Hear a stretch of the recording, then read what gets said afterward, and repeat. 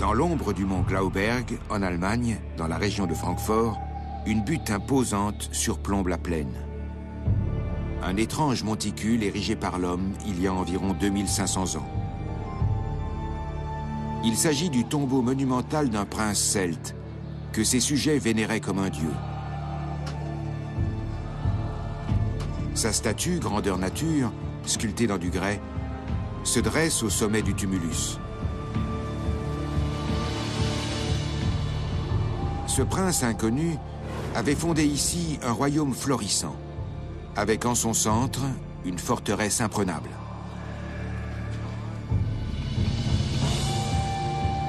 En 2005, la découverte d'un squelette intrigue les archéologues.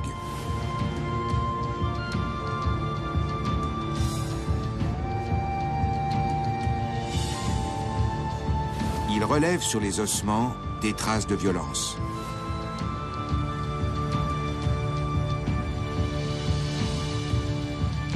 La résidence princière a été un important lieu de culte celte, mais aussi le théâtre de cérémonies sanglantes.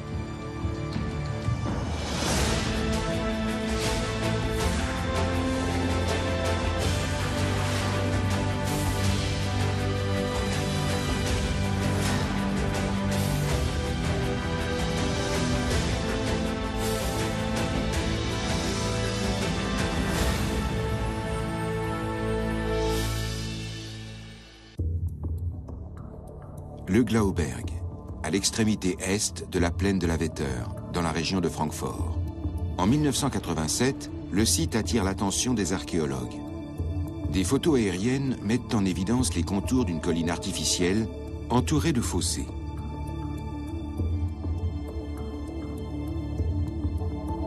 À proximité, les archéologues mettent au jour une statue en grès représentant un homme grandeur nature qui surmontait autrefois le tertre. Sous terre, ils trouvent une petite chambre mortuaire, inviolée depuis des milliers d'années. Elle abrite la dépouille d'un monarque celte, le prince du Glauberg, un grand personnage vivant au 5e siècle avant notre ère. Pendant l'été 2005, les chercheurs font une découverte inattendue, à quelques mètres seulement de la tombe princière.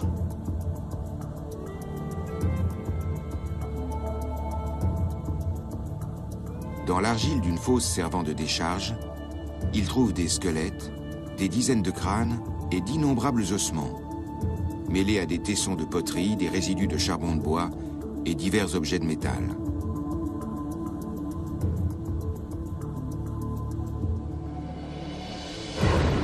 Les archéologues de l'université de Mayence découvrent cette fosse commune alors qu'ils fouillent le site à la recherche de vestiges d'habitat.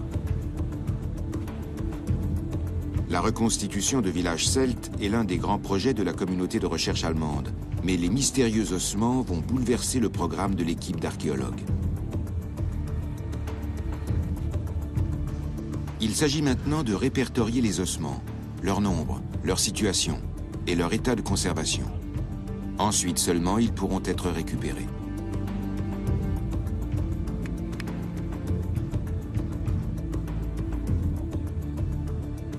La plupart des squelettes sont en mauvais état, où leurs os sont éparpillés.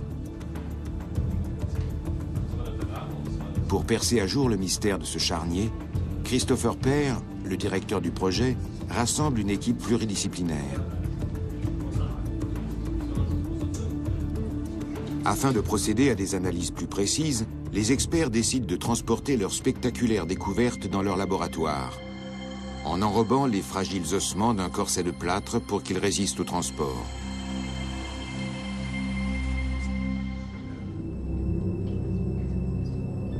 Les anthropologues examinent le moindre petit os pour déterminer si le corps était celui d'une femme ou d'un homme, d'un enfant ou d'un adulte, ou encore pour trouver des liens de parenté entre les dépouilles. Rapidement, on établit que les défunts n'appartenaient pas au même clan. Les dépouilles montrent aussi qu'ils ont été ensevelis dans une simple fosse, sans mobilier funéraire.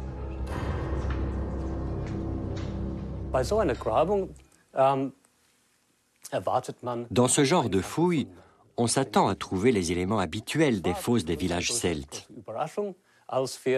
La découverte du premier squelette a été une grande surprise. En 2006, on en a trouvé au moins 24.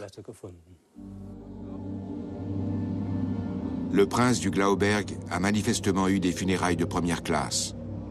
En digne chef de ce royaume celte, il est parti pour l'au-delà avec les insignes de son pouvoir. Dans la chambre mortuaire, les archéologues ont découvert un bouclier en bois richement travaillé et renforcé de solides ferrures. Une cruche en bronze, contenant probablement de l'hydromel, faisait également partie du mobilier funéraire. Elle était enveloppée dans une toile épaisse.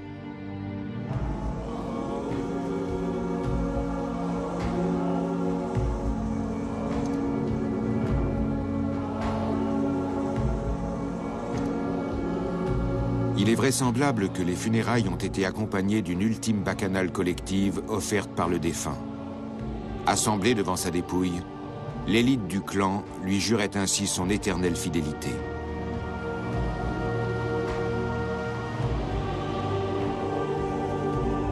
Les Celtes croyaient qu'après leur mort, ils allaient rejoindre leurs ancêtres, et que dans les cieux, les attendait la même vie qu'en ce bas monde. La richesse du mobilier funéraire était le gage du confort et du prestige social dans leur nouvelle existence. Dans l'éternité, le prince du Glauberg retrouvait ainsi une position de premier plan.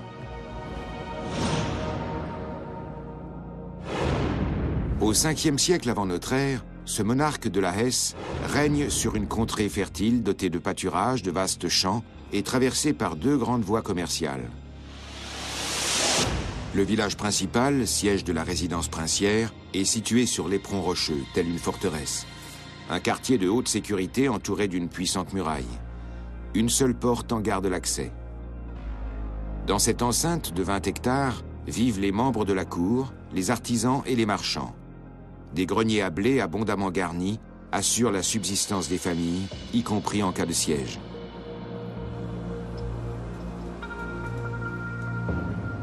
À Trente, en Italie, des chercheurs travaillent depuis des années à la reconstitution minutieuse de cette citadelle.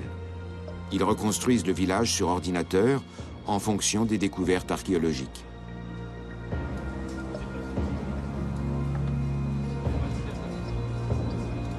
Cette maquette virtuelle en 3 dimensions permet à tout instant aux archéologues d'ajouter de nouveaux éléments ou de rectifier des erreurs.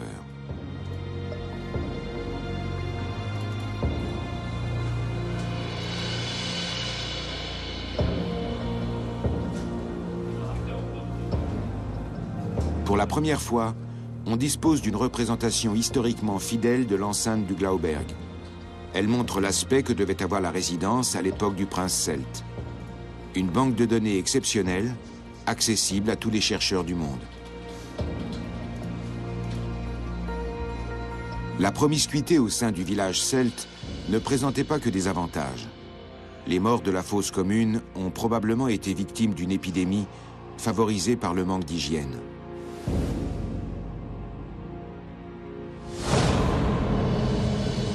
C'est cette piste qu'étudient les experts légistes de l'université de Mayence.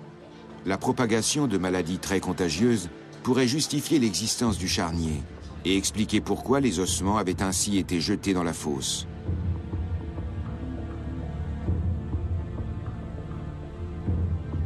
On savait déjà à cette époque que des germes mortels du choléra, du typhus ou de la peste pouvaient mettre en danger la survie des populations.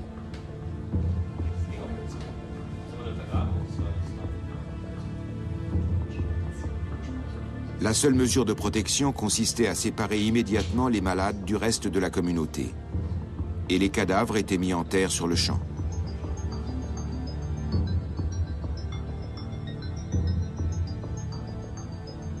Les morts étaient alors inhumés sans la cérémonie traditionnelle. Le risque de contamination était trop important.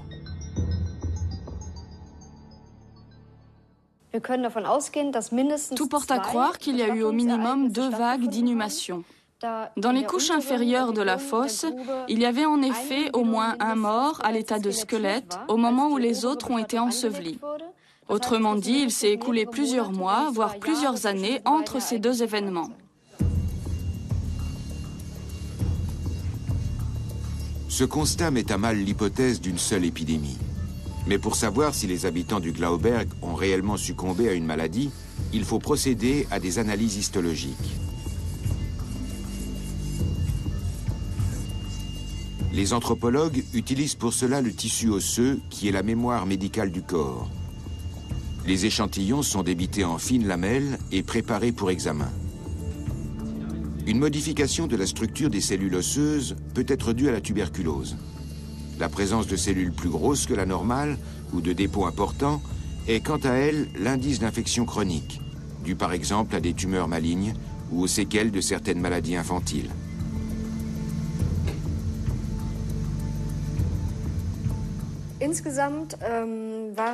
Dans l'ensemble, les individus étaient plutôt en bonne santé.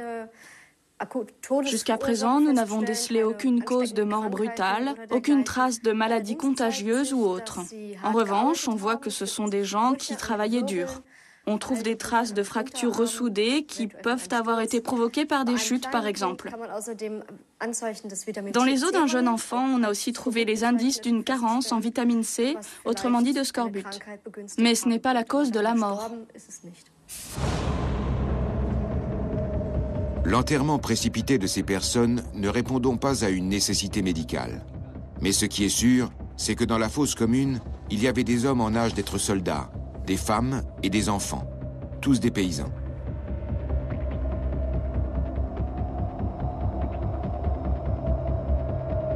La raison de ces inhumations semble inexplicable.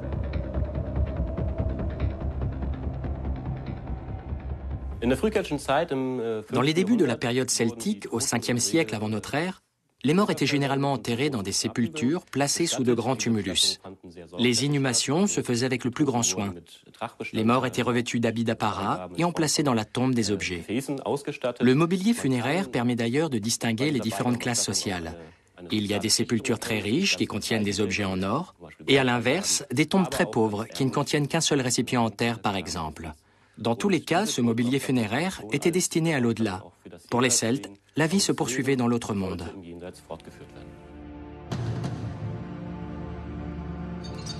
Les nécropoles des gens du peuple ressemblent à nos cimetières actuels et sont situés à l'extérieur des villages.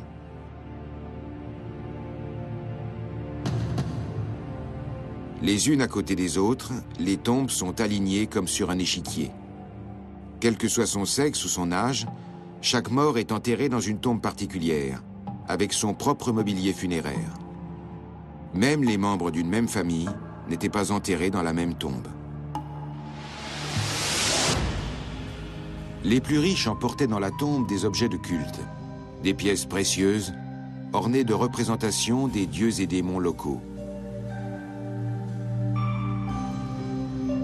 Mais le panthéon celtique englobe aussi des puissances divines venues de pays lointains. Elles étaient intégrées aux croyances traditionnelles.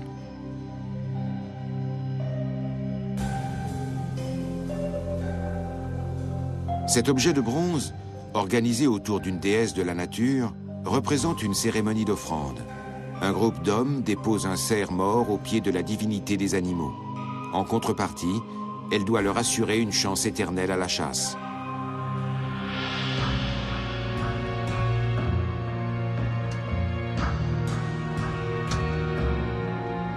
Les offrandes rituelles faisaient partie du cérémonial funéraire celte. La communauté apportait la viande déjà préparée pour le banquet qui suivait les obsèques. Ou alors, le druide sacrifiait les animaux sur place afin qu'ils emportent l'âme du défunt aux dieux.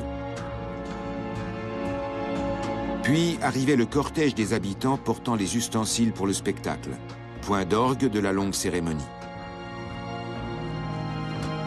Au fil des siècles, les traditions ont toutefois évolué. Tout d'un coup, des bacchanales animés ont remplacé les repas traditionnels. Dans le mobilier funéraire, on trouvait moins de cruches, mais plus de bijoux somptueux. Même le traditionnel char mortuaire n'a pas résisté à l'évolution des rituels.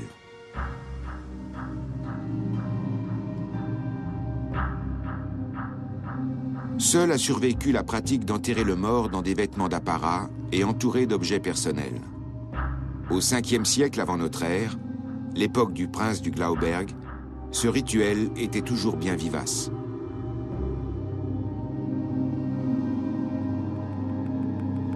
La découverte de la fosse commune du Glauberg n'en est que plus étonnante.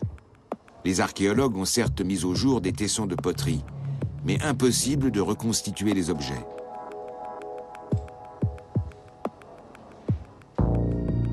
La conclusion qu'ils en tirent paraît tout à fait plausible. Il ne s'agit pas de vestiges liés à des pratiques cultuelles. Leur origine est à chercher ailleurs, dans le village situé à proximité du site sacré.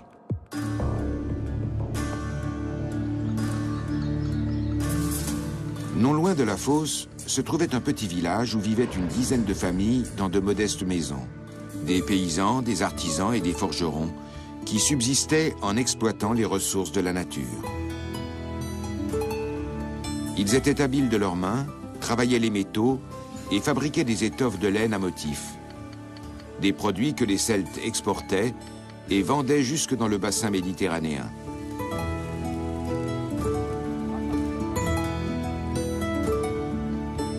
Ce que la communauté ne pouvait pas produire, elle l'obtenait en pratiquant le troc avec ses voisins. Partout dans le royaume, il y avait des artisans qui faisaient commerce de leur production.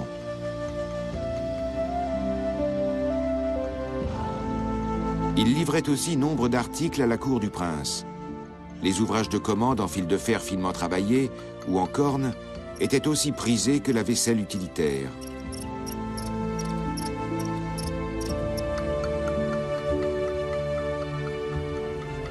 Les classes les plus aisées, surtout, achetaient d'importantes quantités d'objets en céramique. La production de poterie en grand nombre était difficile, avec beaucoup de pertes. Hommes et femmes travaillaient à la tâche pour répondre à la demande. Ils se débarrassaient des récipients brisés dans les fosses à déchets des villages, les décharges publiques de l'époque.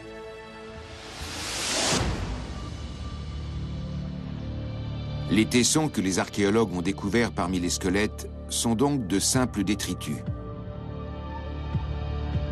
Pour les chercheurs, cela signifie que ces morts ont trouvé leur dernière demeure, non pas dans un sol sacré, mais dans un trou réservé aux immondices.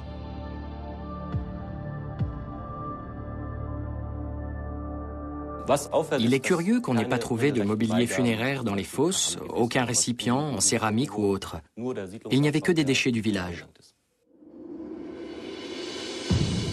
Les faits sont troublants. Sur ces 24 individus, femmes, hommes et enfants, aucun n'était atteint d'une maladie contagieuse. Aucun n'a été emporté par une épidémie. Et pourtant, la communauté leur a refusé une sépulture normale. L'un de ces morts finit par mettre les archéologues sur la bonne voie. Sa dépouille se trouvait à l'écart des autres, sous une mince couche de terre. Manifestement, il a été enterré seul dans la fosse.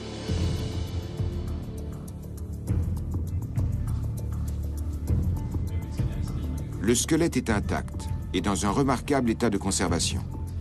Les scientifiques procèdent aux analyses habituelles pour déterminer l'âge de l'individu.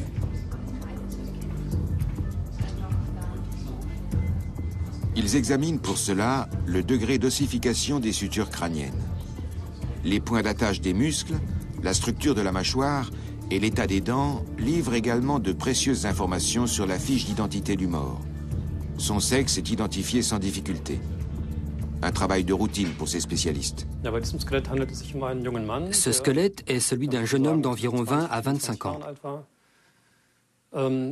Il a peu de signes particuliers, ce qui signifie qu'il était en bonne santé. Son âge a été très facile à déterminer car il se trouvait juste en fin de croissance. Une particularité cependant, une profonde entaille sur l'avant-bras en travers du radius et du cubitus. La trace d'une blessure sérieuse, puisque même les os sont endommagés.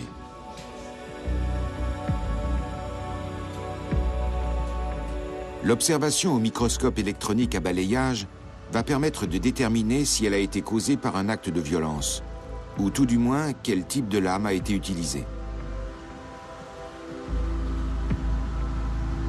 Sur l'écran, le spécialiste voit les bords lisses de la blessure.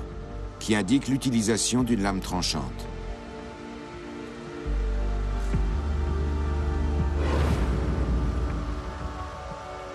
L'avant-bras blessé est le gauche.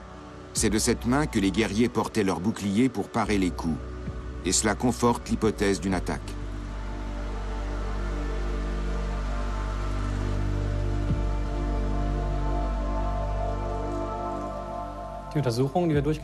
Il s'agit effectivement d'une blessure à l'arme blanche, un couteau ou une épée. On ne peut pas en déterminer la taille exacte, mais ce que l'on peut dire, c'est que la lame était très tranchante. La localisation sur l'avant-bras indique qu'il s'agit très probablement d'une blessure de défense, qui a été faite autour du moment de la mort, ce qu'on appelle dans notre jargon une blessure périmortem.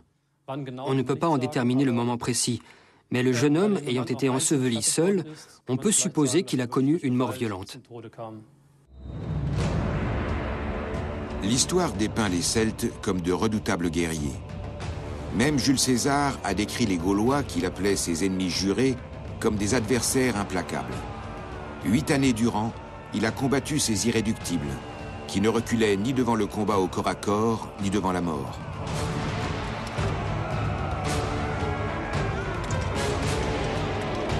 Des milliers de légionnaires ont perdu leur vie dans ces batailles, avant que la Gaule soit vaincue. Une victoire de haute lutte, que César fit passer à la postérité comme un triomphe éclatant. Une pure propagande, en fait, car les Celtes avaient une grande expérience du maniement des armes et ont donné du fil à retordre aux Romains. Ils se sont battus jusqu'au bout sans jamais s'avouer vaincus. Ils préféraient se suicider plutôt que de se rendre à l'ennemi. Ou alors, ils se jetaient dans le combat comme des machines de guerre déchaînées, sans tenir compte des pertes.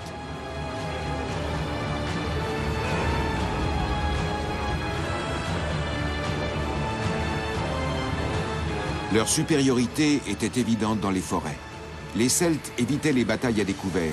Ils préféraient se cacher dans les fourrés et attendre le moment favorable pour attaquer. Ils connaissaient le terrain comme leur poche et pouvaient assaillir les Romains par surprise.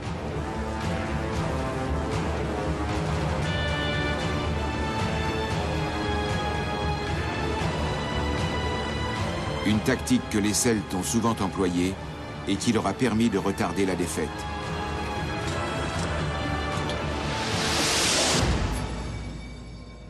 L'épée celte, un modèle de réussite, d'une force de frappe incomparable, avec une lame à la fois dure et souple.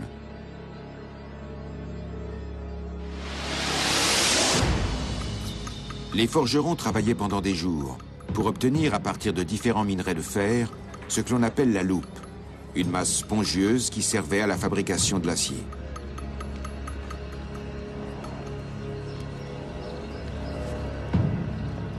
Une fois refroidie, la loupe était transformée en barre, puis chauffée de nouveau. Travaillant ensuite cette pièce brute incandescente au marteau, les forgerons les tiraient, puis la repliaient plusieurs fois pour faire un acier de première qualité.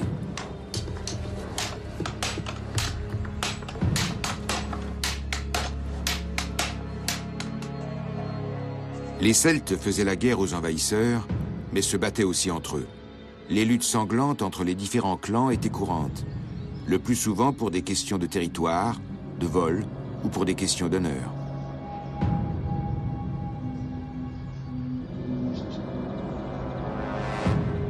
Afin de se protéger des attaques, les clans s'installaient sur des hauteurs qu'ils entouraient de puissants murs d'enceinte.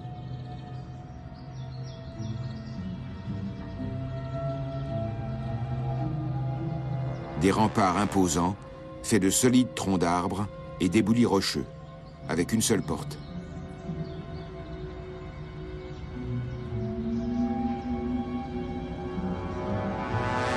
Au sommet de la muraille, un chemin de ronde permettait d'en faire le tour derrière de hautes palissades de bois. Les villageois y accédaient par un escalier pour repérer d'éventuels assaillants ou repousser des ennemis tentant d'escalader les fortifications.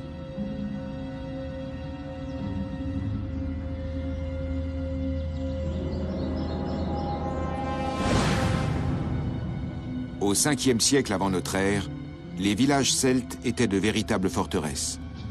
À cela, une seule explication. La guerre faisait rage entre les clans.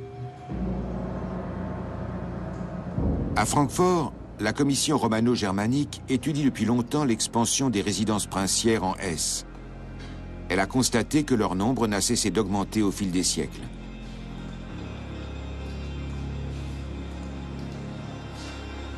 À l'âge de fer, les collines qui s'étendent autour du mont Glauberg étaient une zone de concentration de population.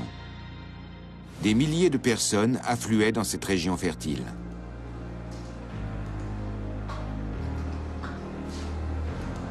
Ce territoire immense et prospère suscitait la convoitise des clans voisins.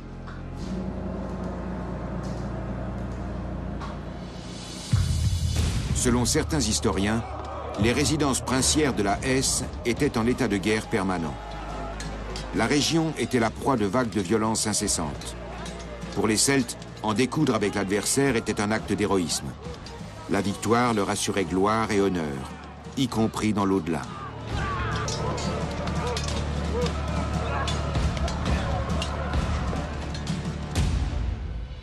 L'hypothèse de ces affrontements sanglants est étayée par les traces d'incendie que les archéologues ont pu mettre en évidence au Glauberg.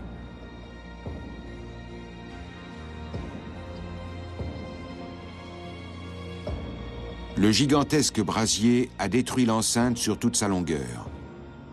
Habitations et silos à blé ont été réduits en cendres. Rien n'a été épargné. Mais rapidement, le prince a fait ériger une nouvelle forteresse, mieux défendue encore que la précédente. Elle comprenait un réservoir d'eau, une mesure de sécurité en cas d'incendie.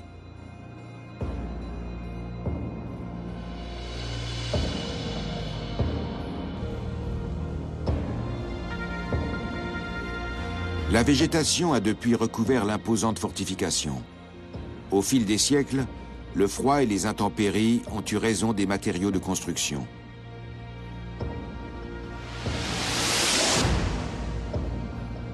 Les Celtes ne faisaient pas de manière avec les vaincus. Ils dépouillaient les blessés et les morts de leurs bijoux, armes et vêtements.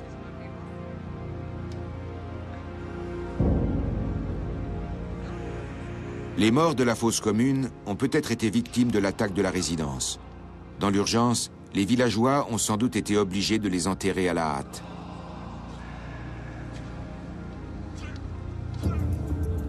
Mais les archéologues ont découvert sur les squelettes des bijoux en bronze que les assaillants auraient certainement pris s'il y avait eu bataille.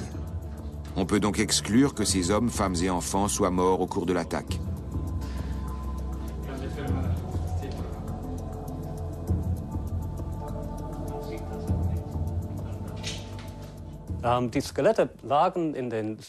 Les squelettes se trouvaient dans la fosse à déchets du village et ils portaient leurs bijoux. On a retrouvé des fibules, des sortes de broches servant à attacher les pans des vêtements, des bracelets et des boucles d'oreilles aussi.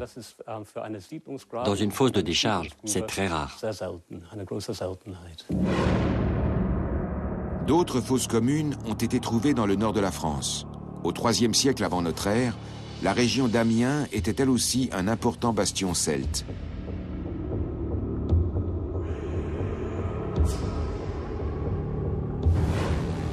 En revanche, à Ribemont-sur-Ancre, dans la Somme, les squelettes n'ont pas été découverts dans la résidence princière, mais dans un sanctuaire gaulois, au cours de fouilles dirigées par Gérard Fercoq. Ici, les archéologues ont découvert des centaines d'armes, parfois encore dans la main des morts. Pour le reste, les fibules et les tessons de poterie évoquent une configuration analogue à celle de la fosse du Glauberg.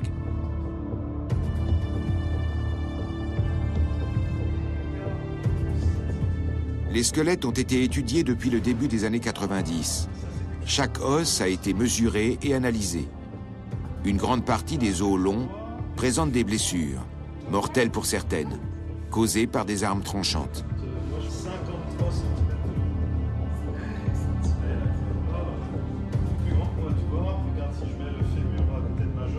Alors, l'étude a montré que nous avions là les restes de plus de 500 personnes. Bon, la moitié du site est détruit, donc il faut imaginer probablement 1000. Sur ces personnages-là, nous avons la preuve qu'il s'agissait de personnes en excellente forme physique. Ce sont tous des hommes, Des adultes, à l'exception de quelques jeunes individus, nous avons même identifié un enfant d'une douzaine d'années. Et il n'y a aucune femme. C'est une population de guerriers tout à fait caractéristique qui montre même par la musculature puissante qu'ils étaient entraînés à la guerre.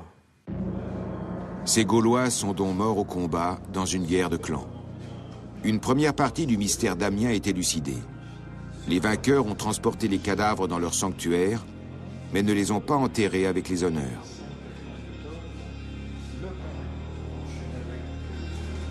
En dégageant ces restes humains, les archéologues ont relevé une particularité très curieuse. Plus d'une centaine de squelettes paraissaient comme momifiés, ce qui signifie que les corps ont été longtemps exposés au vent et aux intempéries.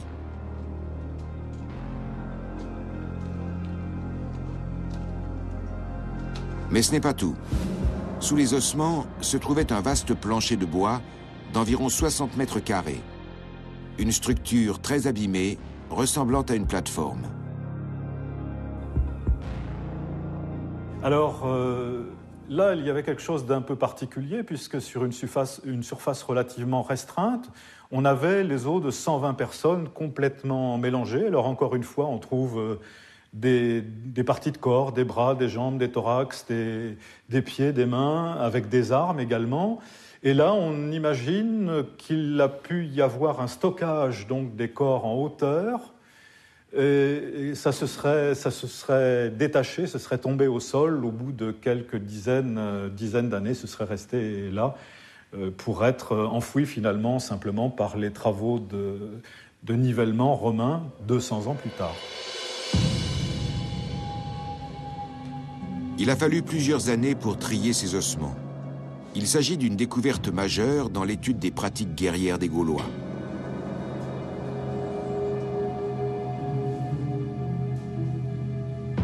Pour la première fois, les archéologues peuvent montrer le sort qui attendait les vaincus qui tombaient aux mains de l'ennemi.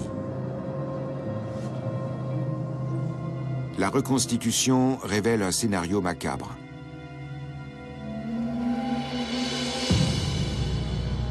Les 120 guerriers ont été décapités et attachés les uns contre les autres sur la tribune de bois.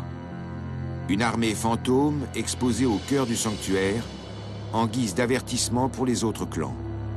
Mais aussi, et surtout, une offrande faite aux dieux pour qu'ils continuent d'accorder leur faveur aux vainqueurs.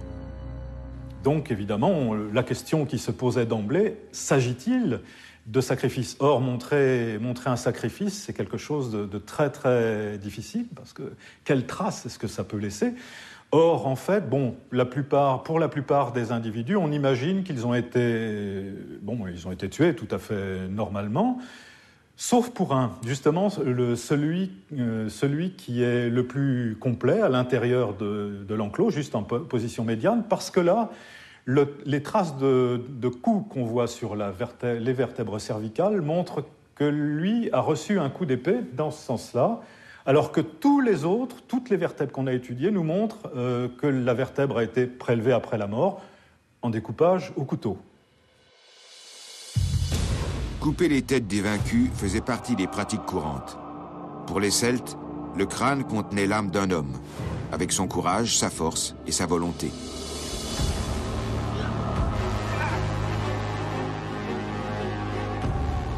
Ils conservaient leurs plus belles prises de guerre comme un trésor précieux qu'ils ne montraient qu'à des invités triés sur le volet. Dem Kopf wurde eine große Bedeutung zugemessen, da der Kopf als Sitz des Lebens. Les Celtes accordaient une grande importance à la tête, car ils la considéraient comme le siège de la vie.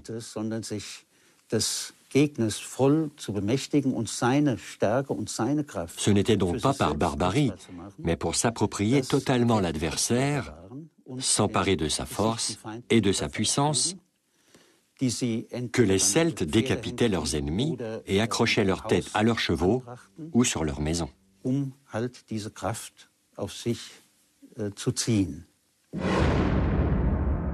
croyance que l'on retrouve chez les Celtes du Glauberg. Nombre de leurs bijoux sont ornés de têtes stylisées. Ces amulettes ont des traits humains, mais sont censées représenter des personnages magiques. Portée sur le corps, elle servait à chasser les démons. C'est du moins la conclusion des archéologues.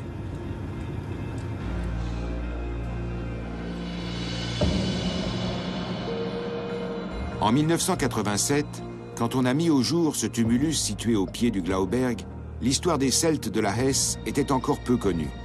En effet, ce peuple légendaire n'a laissé aucune trace écrite.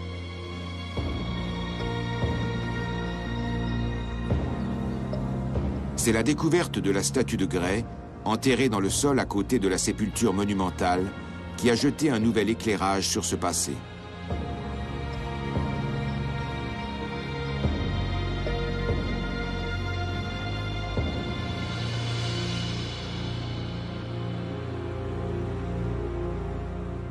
Was wir normalerweise finden, sind verrostete Eisenstücke. On trouve habituellement des morceaux de fer rouillé, des tessons de poterie, des os provenant de l'alimentation des populations, ou bien des squelettes humains. Et là, on est tombé sur une représentation d'homme. Une statue datant du 5e siècle avant Jésus-Christ. On en est resté bouche bée. Le large bracelet en métal précieux témoigne de la richesse et de la puissance du prince. Il était à l'époque porté par de nombreux souverains. En signe de puissance militaire, le monarque tient dans sa main l'épée de fer à double tranchant. Son bouclier d'apparat montre qu'il sait protéger les clans de son royaume. L'association de l'épée et du bouclier confirme que ce régent est un grand chef militaire. Pour parachever sa tenue, un collier en or massif, un torque typiquement celte, orné de symboles de fertilité et de 10 têtes ciselées les unes à côté des autres. Ce bijou, normalement destiné aux dieux, place le prince du Glauberg au rang des immortels.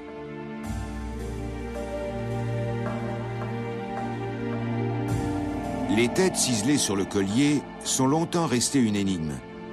Une explication possible nous mène en Bourgogne, sur le plateau de Langres.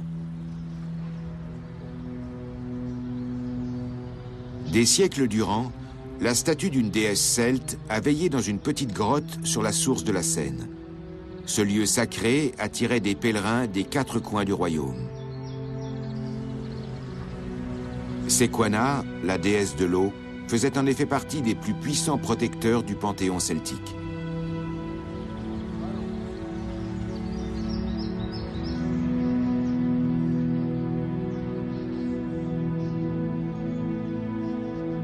Le musée archéologique de Dijon, situé dans une ancienne abbaye bénédictine, abrite les précieux ex-voto offerts à Sequana. Il n'en reste que quelques exemplaires, mais la grotte devait certainement en contenir des milliers. Ce sont là les plus belles pièces de la collection gallo-romaine du musée.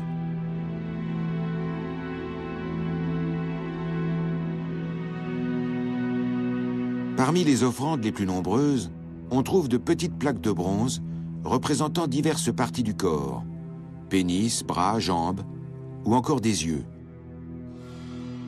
Des objets offerts en remerciement d'une guérison. Mais les Celtes offraient aussi à Sequana des têtes sculptées en bois. D'où l'hypothèse que les têtes représentées sur le torque du Glauberg pourraient représenter les sacrifices humains faits par le prince. Les druides étaient les guides spirituels de la communauté. Intermédiaires entre le monde terrestre et l'au-delà, ces sages dirigeaient les cérémonies sacrificielles, prédisaient l'avenir au monarque et remplissaient la fonction de juge suprême. Rares étaient ceux qui osaient s'opposer à leur verdict. César a dit d'eux, si un particulier ou un groupe ne se conforme pas à leur décision, ils lui interdisent les sacrifices. C'est chez eux la punition la plus grave.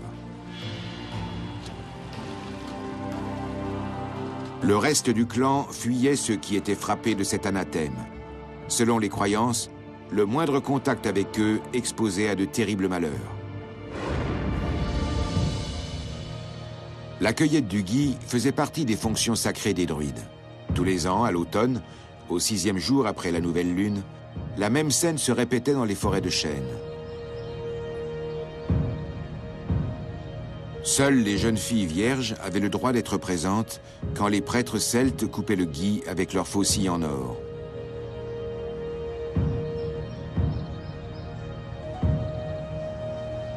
Avec les baies et les feuilles, ils concoctaient de puissants remèdes selon des recettes secrètes que les maîtres transmettaient à leurs élèves de génération en génération. Seuls les grands prêtres avaient l'honneur d'utiliser le gui dans les rites cultuels. La plante est devenue le symbole de leur caste.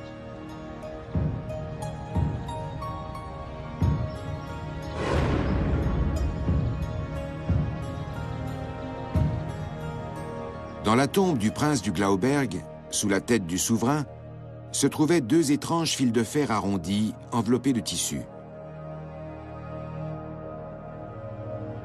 Les archéologues allemands tentent une expérience. Ils veulent vérifier que les fils de fer représentent des feuilles de gui et qu'ils constituaient la structure d'une coiffure.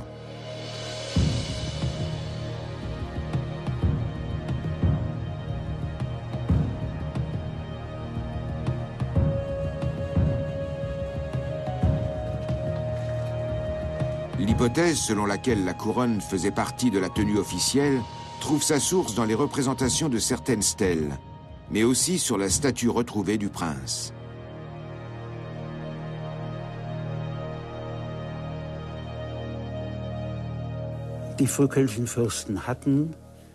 Les premiers princes celtes étaient sans doute des chefs politiques.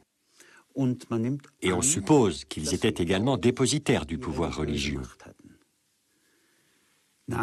C'est une hypothèse impossible à démontrer, mais on sait que dans d'autres civilisations, on trouvait ce genre de monarchie divine.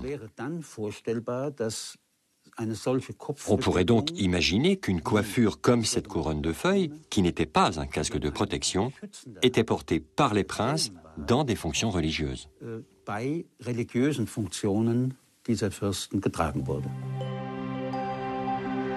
Une couronne de gui comme symbole des dignitaires religieux. Le prince serait alors régent et druide en même temps. Une révélation qui montre la résidence du Glauberg sous un autre jour.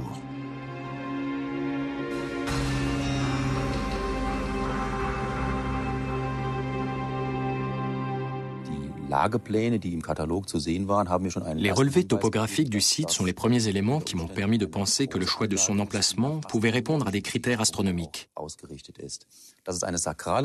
savait déjà qu'il s'agissait d'un lieu sacré, d'une sépulture.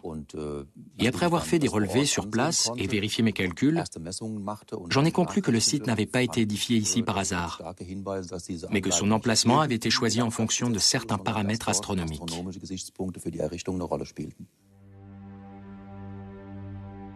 La colline artificielle surmontant les tombes ne servait pas seulement de sépulture au prince druide. Il s'agissait aussi d'un calendrier naturel. Les différents piliers qui l'entouraient marquaient le cycle des saisons et servaient de repère pour les semailles et les moissons, ainsi que pour les grandes fêtes celtes. Orientés très précisément sur la ligne d'horizon, les piliers montraient de façon précise la course du soleil, avec les solstices d'hiver et d'été et les équinoxes d'automne et de printemps.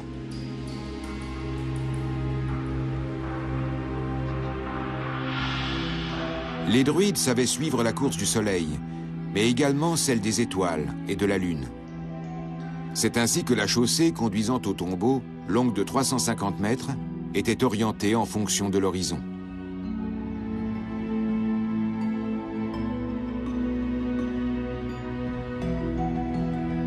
La taille de l'installation évoque une gigantesque scène dressée en pleine nature. Les archéologues pensent que les clans se réunissaient ici à l'occasion de certains phénomènes astronomiques.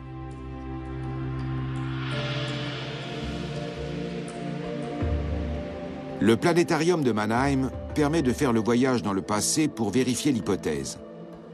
En effet, les astrophysiciens peuvent y simuler le ciel nocturne qui recouvrait l'Allemagne il y a 2500 ans. Du haut du tertre, le chef spirituel de la communauté pouvait observer avec précision le lever et le coucher de la lune, dont le cycle déterminait la date des grandes célébrations celtes. La Lune a un cycle mensuel, mais la longueur de l'orbite lunaire est variable.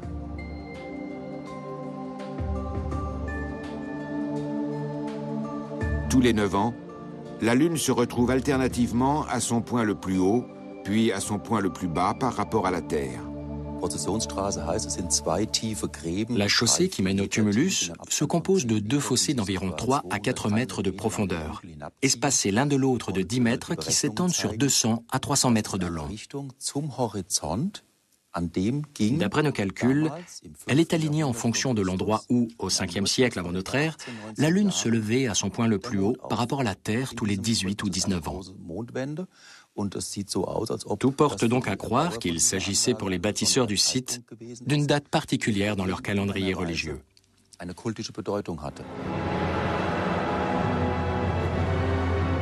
Il est donc possible que le prince celte ait choisi l'emplacement de son tombeau en fonction des points extrêmes de l'orbite lunaire. C'est ce que laisse penser l'association de la sépulture, du calendrier monumental et de la chaussée processionnelle. L'ensemble formant un site sacré, orienté selon les astres, au millimètre près. Ce qui est sûr, c'est que 4 fois dans l'année, les Celtes y célébraient de grandes cérémonies. Au printemps, ils demandaient aux dieux de leur assurer de belles récoltes. Quelques mois plus tard, ils les remerciaient des moissons. Début novembre, ils rendaient hommage aux âmes immortelles des défunts. Et fin janvier, ils chassaient les démons de l'hiver. Le point fort de chaque fête était la cérémonie d'offrande. Outre des objets et des produits de la terre, les Celtes offraient aussi à leurs dieux des animaux immolés. Le chaudron de Gundestrup, retrouvé au Danemark, nous livre d'autres informations encore. Ce récipient, orné de figures divines, témoigne de la multiplicité des rituels celtes. L'une des scènes dépeint notamment une mystérieuse coutume qui se pratiquait dans tout le monde celtique. Le spectacle se déroule sous les yeux d'une assemblée de guerriers. Ils observent un personnage qui jette un jeune homme dans un chaudron. Selon certains, il s'agirait là d'une cérémonie d'initiation, une sorte de baptême, marquant l'entrée d'un jeune homme dans le cercle des valeureux guerriers. Selon d'autres interprétations plus récentes, la scène représenterait un sacrifice humain exécuté par un haut dignitaire religieux. Une hypothèse étayée non seulement par le sanctuaire militaire de Ribemont-sur-Ancre, mais aussi par les écrits de Jules César qui évoquent de tels supplices. Les Gaulois ont recours pour ces sacrifices au ministère des druides, car ils pensent que la vie d'un homme est nécessaire pour racheter celle d'un autre homme, et que les dieux immortels ne peuvent être apaisés qu'à ce prix.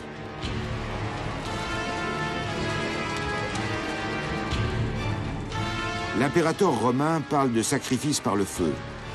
Les suppliciés, explique-t-il, étaient placés vivants dans d'immenses mannequins d'osier que l'on enflammait par le bas.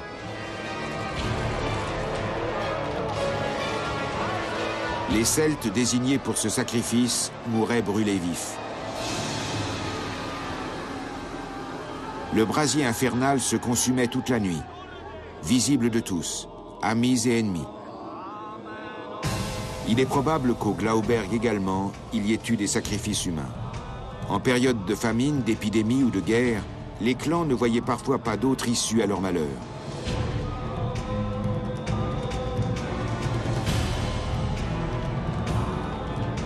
Pour implorer la grâce des dieux, la communauté recourait aux moyens les plus extrêmes.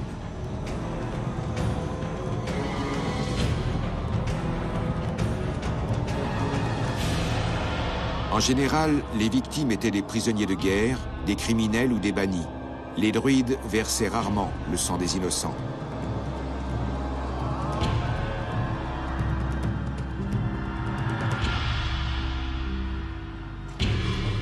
Dans l'état actuel des recherches, rien ne permet d'affirmer ou d'exclure que les 24 Celtes retrouvés dans la fosse du Glauberg ont été victimes d'un sacrifice rituel.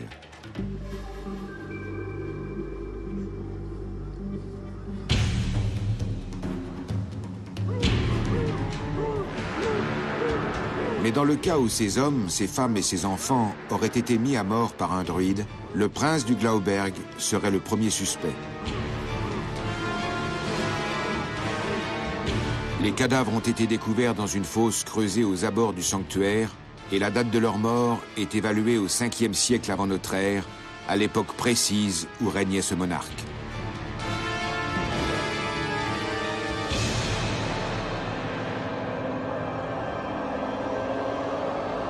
Maître d'une région riche et peuplée, le prince du Glauberg avait fait ériger un complexe qui était une merveille astronomique, un important lieu de pèlerinage sur lequel il était censé veiller, même au-delà de la mort.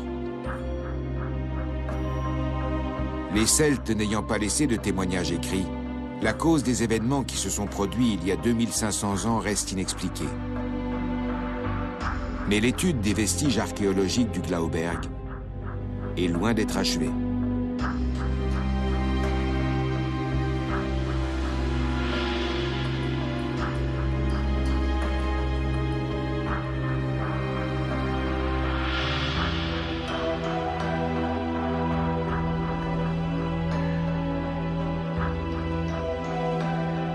Dans un instant, nous reviendrons sur une étonnante découverte au large des îles anglo-normandes. L'épave d'un navire anglais du XVIe siècle, chargé d'armes et de munitions.